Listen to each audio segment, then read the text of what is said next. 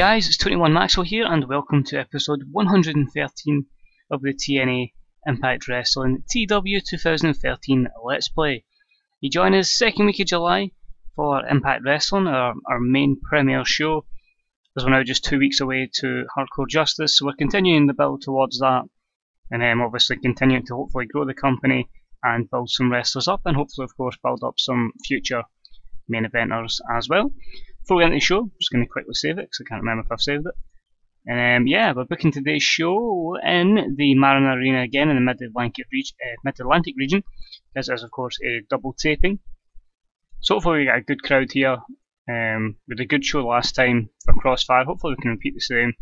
And yeah, we can continue some storylines on and hopefully get ready for the event in 2 weeks' time.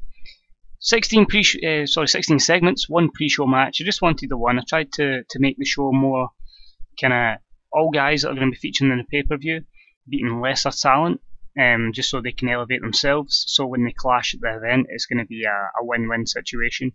So we'll see how it goes. But yeah, enjoy it, and hopefully we have a good show that can hopefully score a good rating. Here we go. So it turns out we've got 11,290 fans. It's not too bad. In a match that had some good action and average heat, the Killer Elite squad defeated Rhino and Tommaso Ciampa.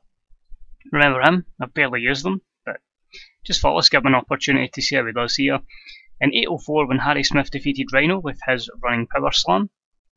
This delivered the 66 C+ rating, which had great chemistry between Lance Hoyt and Harry Smith, and good colour commentary and good announcing, so all good there. Lance Hoyt is improving his rumble skills and his technical skills, so that's good. Ever improving, although he is 38, 39 now I think, so he's getting on a little bit. The dirt sheet tells us the negatives are mostly for Tommaso Ciampa, who took 5 of them. So that's a massive shame. They're obviously going to get fatigue on Harry Smith because he's working for the likes of New Japan. Now on to the main show. The show starts with a backstage segment. We join Impact Wrestling General Manager Kurt Angle in his office. Angle says, now obviously I'm still seriously upset with my in-ring career being over, so much that I just can't go near a TNA ring, I have to stay backstage. However, it is my duty as Impact Wrestling General Manager to still make it the best show possible and top anything that TNA Crossfire does. So with that being said, we have a lot of wrestlers who don't really get on with each other.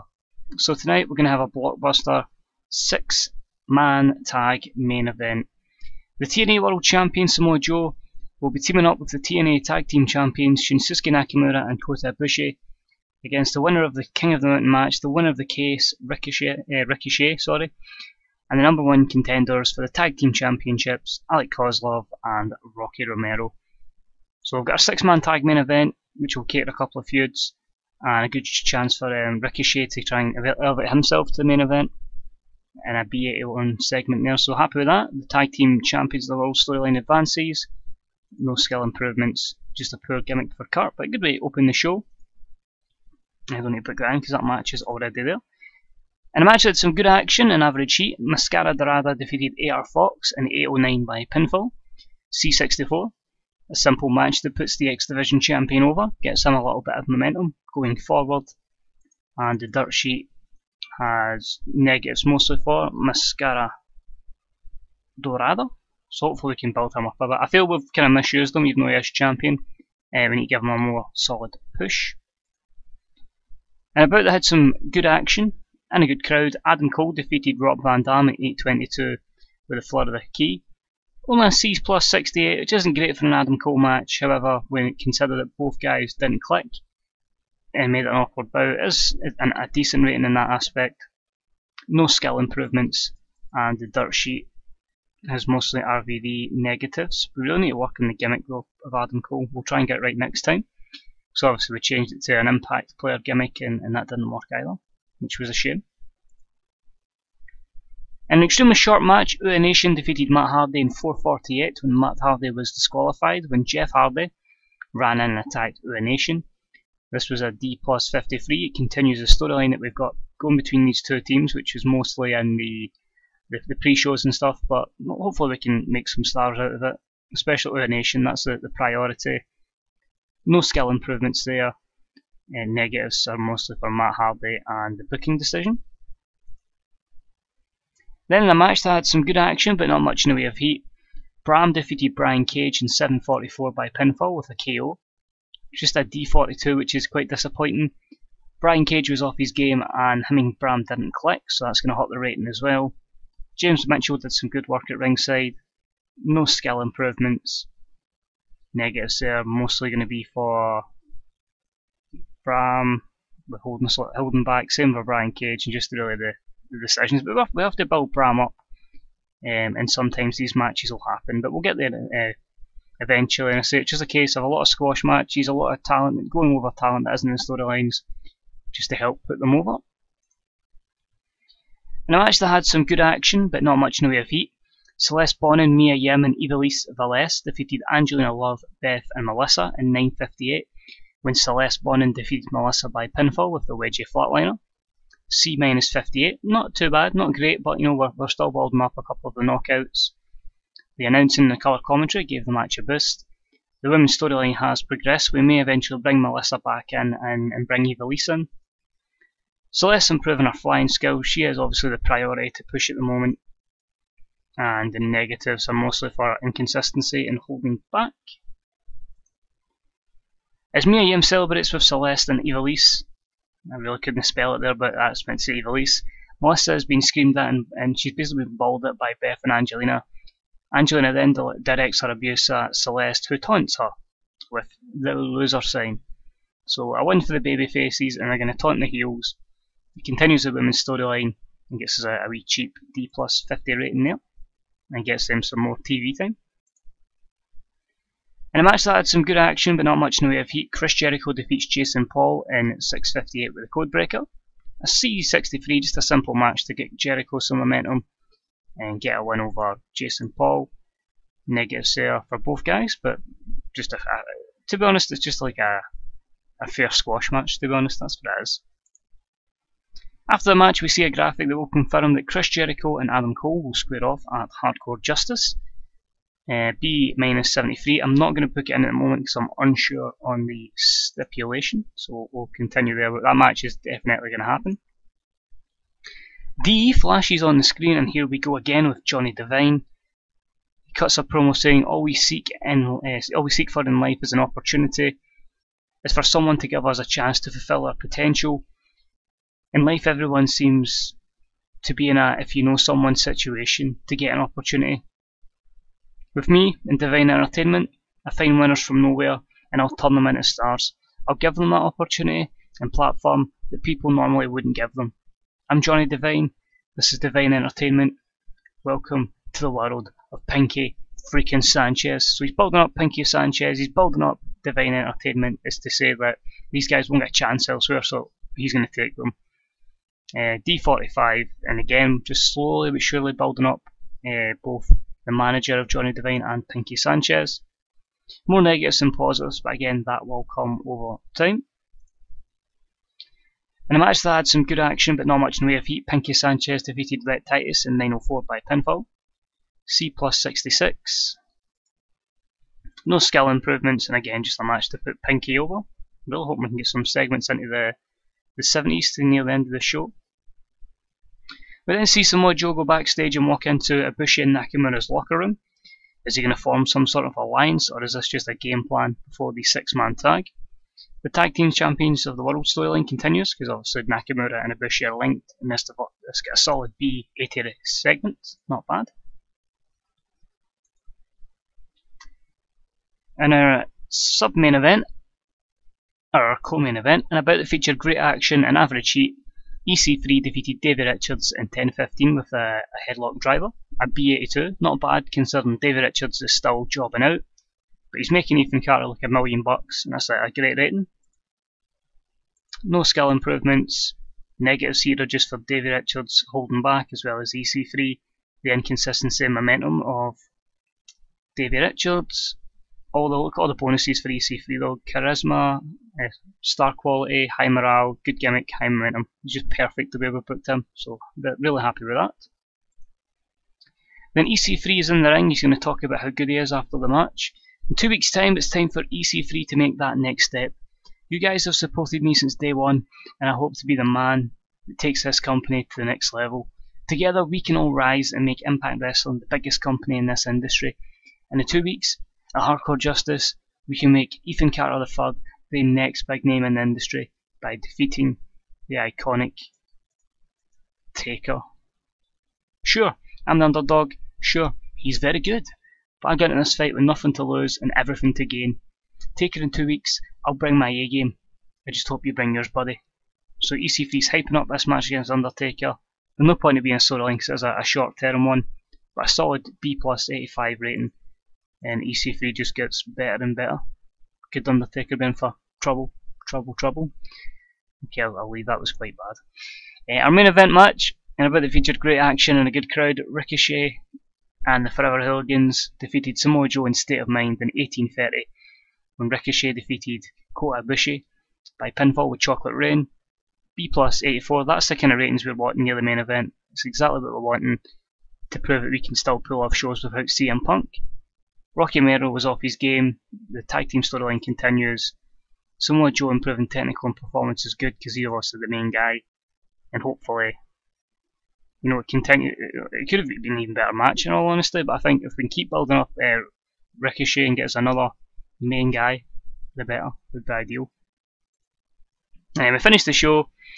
After the match, Joe is fuming that he's lost. We then cut to a video.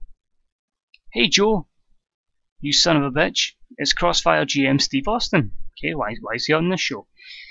Joe, during Impact, I decided to go visit a friend of yours, a man you took out last week, CM Punk. Now I've had a talk with the doctors and I've had a talk with CM Punk, and they have assured me that CM Punk will be able to face you at Hardcore Justice. So does this mean the match is on? The camera then swings round to CM Punk in a hospital bed. Joe, rest assured, I may be hurt now, but 2 weeks time at Hardcore Justice, I'm going to give you the beating of a lifetime. I'm going to take the title, but I'm going to end you, so you'll never be the same again. I'll see you soon, big man. An A+ 100 rating there, Austin with CM Punk. It's going to lead to another long storyline with Austin involved in it as well, which you'll see over the up and coming, I'd say months, because it's going to be a long, drawn out one. But Austin decides during Impact Wrestling he's going to go see CM Punk, see what the situation is, and they're going to make that match official. Gimmick still to be decided, but Austin has decided Punk Joe, the rematch happens at Hardcore Justice. Austin's improving acting and charisma, no negatives about that segment, and that means a solid B+ 84 rated show, which again increases our popularity in 26 regions. So now, with the change in the way the show's the product, basically, changing it from a little bit of pop-over performance to a lot more pop-over performance is certainly helping us achieve a lot better ratings, and it's certainly, hopefully, going to allow this company to go from where it is now to where we want it to be. So maybe one day we can tackle the WWE. And hopefully, you know, we can go from somehow ninth in the rankings, which in the company wars, which I don't get, and still wonder why we're so low, to hopefully a little bit higher. But we'll just wait on the loading screen, and then we'll talk you through a couple of things on the main page. Obviously, look at the ratings as well.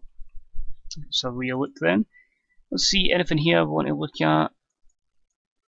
I don't need to stop signing people, so I don't think we'll be looking at anybody. I can't even get and buy out a company either, just purely because of I don't end up putting the company in massive debt and then it'll end the show. But fantastic reviews, and vast majority enjoyed Crossfire. So let's just have a look then. Crossfire was a B81, and Impact Wrestling was a B+ 84. So if we can aim for the B+, we'll be delighted. But I just want to show you promotion wars. Obviously, somehow in importance, we're 9th. And we're a national company, and there's only 3 companies that are national, ourselves, WWE, and New Japan. And we're 9th in that. But if I had to go to influence, we're the top influence company. I'm still not entirely sure what influence and importance means in this kind of table, but it's definitely something I'll definitely intend to read up on, and hopefully can put us in a better position. But I think we're looking okay, I think anyway. We'll have a look here at our emails. Alex Kozlov wants time to heal. Rating was down in Bravo to 0.99 and up to 9.27 on Spike, so that's massive. I may actually look and see if we can get another company better than Spike, or a TV station better than Spike, but I really doubt it. But certainly delighted with that. Quick look at the size. Popularity, you see 78s along the board in America, 76s in Canada, 78s in British Isles, 37s in Mexico, 17s in Japan, 20s down under. Europe's weird, Scandinavia and Eastern Europe has us at 35, Central Europe has us at 66, but the Mediterranean has us as high as a 78 pop. If we go to our importance, obviously importance is what's keeping us over certain levels. 67 C plus in the Great Lakes, a B minus in the Mid-Atlantic, a C plus in both Mid-South and Midwest is good. Just a C in the Northwest is one place I want to get us up, but excellent B minuses in New England, Southwest and Tri-State, and a very good rating, a B in the Southeast. So we're pretty solid now that we're definitely going to be a national company. We're at least two, I think, how many ratings is that? It's over 65. 1, 2, 3, 4, 5, 6, 7, 8. So we're still at least 2 marks over the 65 barrier. You know, it's great. The ones we'd need to worry about going down would be Great Lakes and Midwest. So if we can keep improving Great Lakes and Midwest, get them to the 70s, get them into the B minuses, we'll certainly be looking at staying national for an extended period of time. If I just check the progress, you can see popularity over time has actually grew. The 66 up to 78, and then the same in Canada. There's some places it's declined, which was mostly in Europe and especially in Western Australia and Central Australia. But we'll see over time. I certainly think we're improving. Hopefully we can keep up the prestige and get the momentum up a little bit more. Try and get that maxed out. And hopefully, you know, have a good draw on pay-per-view and hopefully make some money, because we had a bad month last month, losing 150,000, but I do feel that was more the case of maybe running 2 shows. We'll see. If it does keep affecting us financially, we'll probably look at getting more workers and written deals and maybe stop using the pay-per appearance guys. But you know, we'll see. As I say, the 400k more in workers probably was put us over. If we didn't spend the extra 400k in workers, you got to think,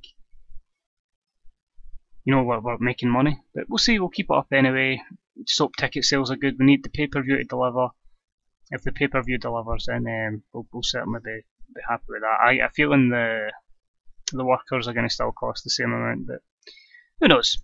I think we're in a good place, and you know, as long as we don't get into massive debt, then I think we'll be okay. If we keep operating at a small loss, I think we'll be okay for the foreseeable future. But that's it for this episode, guys. I say we're now 2 weeks off of Hardcore Justice, and we'll continue the build up in our next episode.